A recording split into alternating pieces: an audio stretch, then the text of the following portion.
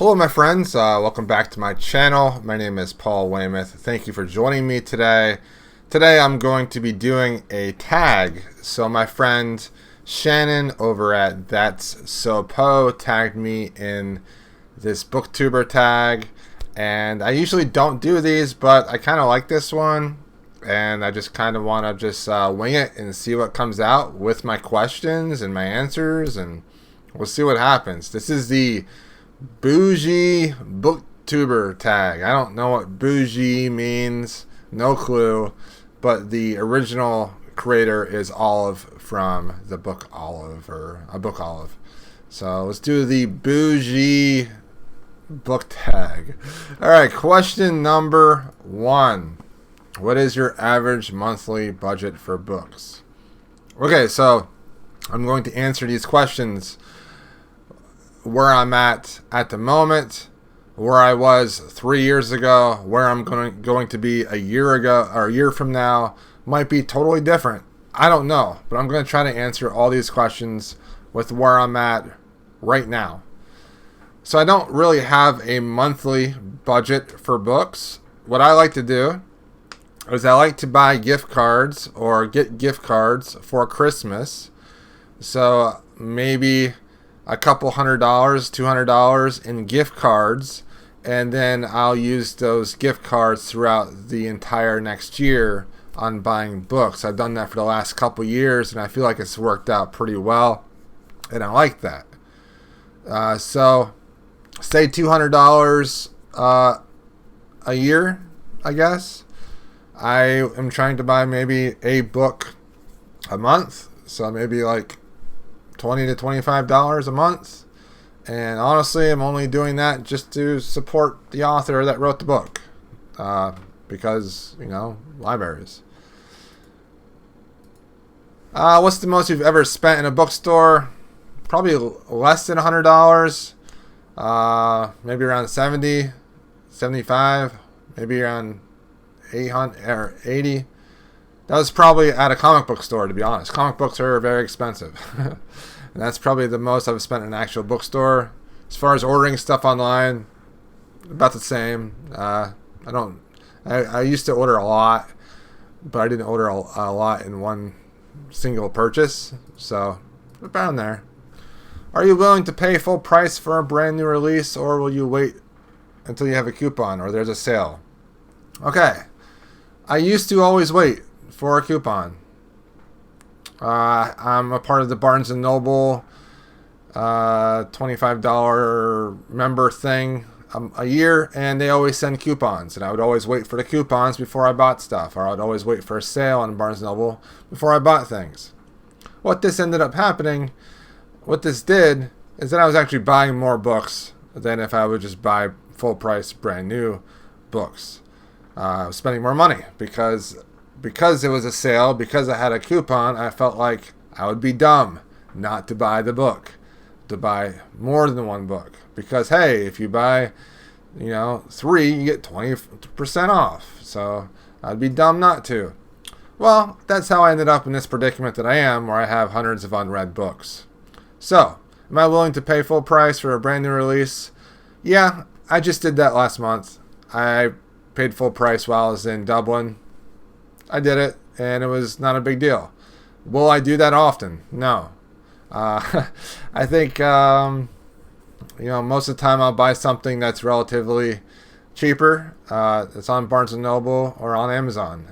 Going to an actual bookstore, independent bookstore, where they sell things full price. I've done it before to support the bookseller. But I had a lot of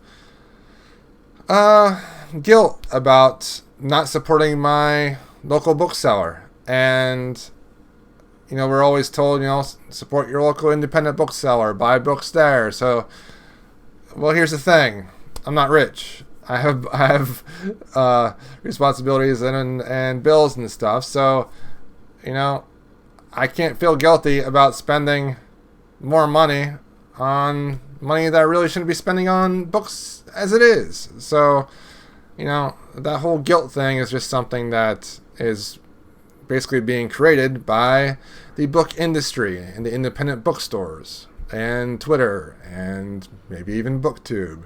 It's not real. You shouldn't feel guilty for not buying something. That is called marketing. They're marketing it to you to make you feel bad for not buying something. So don't fall for that. Okay. Oh, man. Would you rather buy one new book or several less expensive books? Expensive used copies. Probably used books. Less expensive used books, several. But that was when I was buying a lot of books. Now, I'd rather borrow them from the library, but if I don't have a choice, I don't know, less expensive used copies and then donate that to Goodwill or something. I don't know. What do you think is a reasonable price for a new hardback book? A paperback, an ebook? Hardback, no more than $26. These books that are like $32 retail, that's ridiculous, in my opinion. Anywhere between $26 and $18 for hardback. Paperback shouldn't be any more than $18. $16, like $7 to $16. I have a hard time spending $16 on a trade paperback at times. An ebook, I would not pay more than $10 for an ebook because I use the library mostly now. Is a signed book worth more to you? How about a first edition? First editions, no.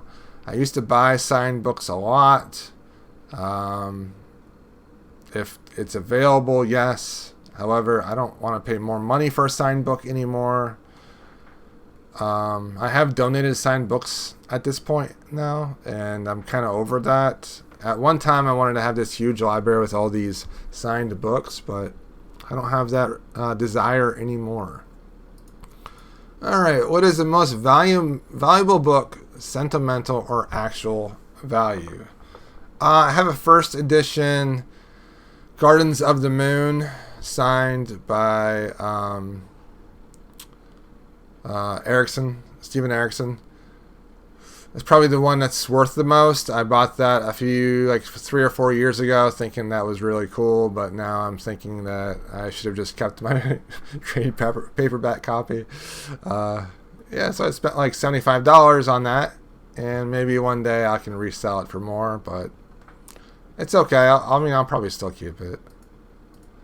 Will you pay more for a cover or edition you like better? If I already own the book, no, I don't think so. If I don't own the book, maybe. I don't really want to keep books that much anymore, though, so I probably wouldn't anymore. If I was going to rebuy some of my favorite books, yes, I would definitely buy a better cover. What physical characteristics does a good quality book have? Nice cover. Binding has to be amazing. You can't give me a sloppy binding. That's not cool. I like floppy trade paperbacks the most. Hardbacks, it has to be, really nice, put together really nice because they're more expensive. They should be. Okay, if you won the lottery, I wouldn't play the lottery. What bookish things would you do with the money? If I had extra money to put towards bookish things, I would probably donate it. I would probably give it to the library or give it to some fan fund or just do more giveaways or something. Give books away. If I was filthy rich, maybe I'd build my own library in my giant mansion, but that's never going to happen. So, why even think about it? Basically, I would donate the money for the most part, I think. So, those are the questions. Basically, I don't really care about buying or keeping books anymore. I've really changed in that aspect. I would like to spend maybe $200 a year pre-ordering books and supporting authors that I like and books that I'm going to like, and then getting rid of those books by either giving them to friends or giving them to the library or even Goodwill. At this point in my life, where I'm at as far as physical items, I want to be able to keep, a certain amount of books that I have that are unread, but I like to actually, have 0 unread books. That would be pretty cool. and then keep maybe like 50 books that I think I'm going to reread in the next year or two. My goal right now is kind of to get down to about 50 read books that I might reread in the next few years, and then about 200 unread books, and then to read all those. And eventually my goal is to borrow books from the library. If I can't get them to the library, I will buy them. And then, support the authors that I like, either through Patreon or through buying their book, maybe a book a month. So that's basically where I am at the moment as far as books and book buying. All right, hope you enjoyed this video. It was interesting for sure. Please like, comment, and subscribe if you have not done so already.